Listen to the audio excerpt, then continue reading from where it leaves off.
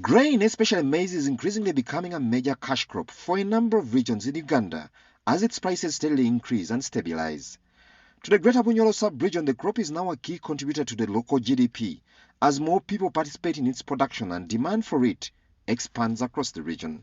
Bunyoro in 2018 produced about 260,000 metric tons, that contributing about 21% of the total maize produced in Uganda. 260 metric tons, if you say 1,000 is the farm gate price, you get 260 billion. Bunyoro. The challenge, though, is that a lot of dividends from the crop seem lost across the value chain, with little trickling down to the farmers. So we realize that the quality of lives of our people is really mandatory. And so whoever is willing to help us improve the quality of lives of our people is our friend and will be our partner. And that's why in our plan, we have the objective of strengthening strategic partnership. The other challenge is the price collapse sometimes during the bumper harvest.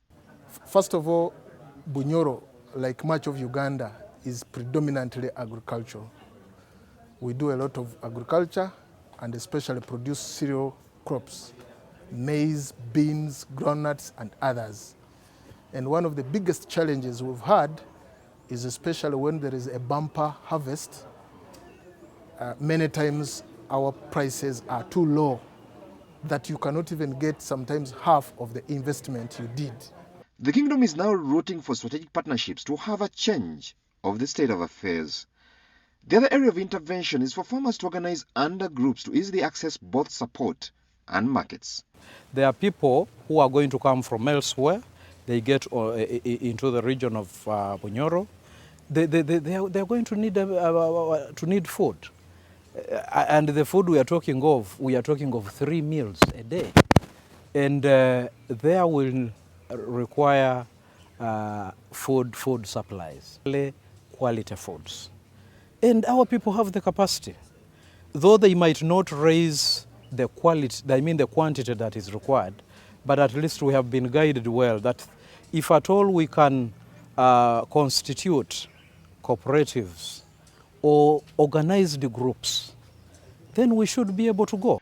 These issues were raised during the Great Bunyoro Business Forum meetings organized by the Warehouse Research Systems Authority. Bringing on board all stakeholders, I think now it has given us enough courage when we are now going to further sensitize the farmers, telling them how this system works, telling them the good government programs that are now available for them. I think the post-harvest handling challenges are automatically going to be answered. Because what I know, when the farmers are told that when you produce good quality products and this is the market, this is the price, at the end of it all, the farmers must put in much efforts.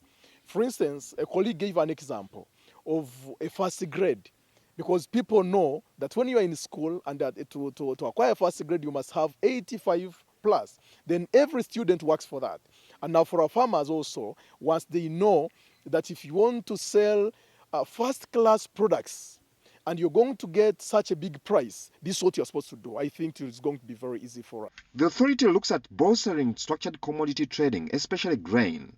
It looks at helping farmers bulk their produce and keeping it in a licensed warehouse, where it is graded and they're given a warehouse receipt, which can be used to look for markets or used in banks as collateral.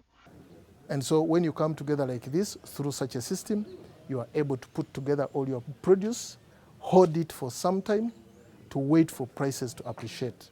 And when you have reached a certain level where prices are good, then you are able to do what? To sell off. But if you produce and the prices are good straight away, then you don't need to do what? To hold it for a time.